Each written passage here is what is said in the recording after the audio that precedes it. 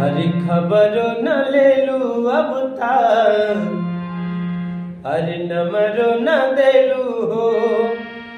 हरी की जहिया से शादी कैलू हाल न पूछेलू हो।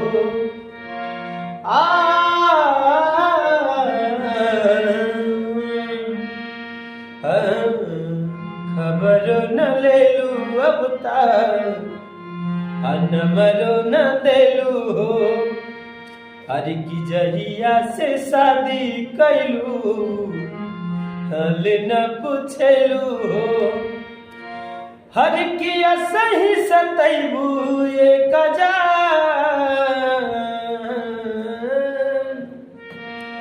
हर सही सतैबू काये जा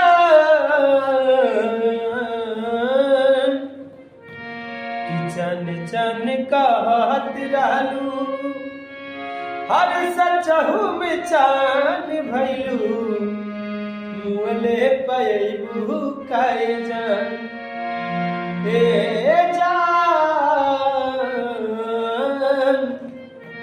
चन चन कहत रहलू हर सचहू में चान भैलू मुँहले पैबू काये जान हे जान।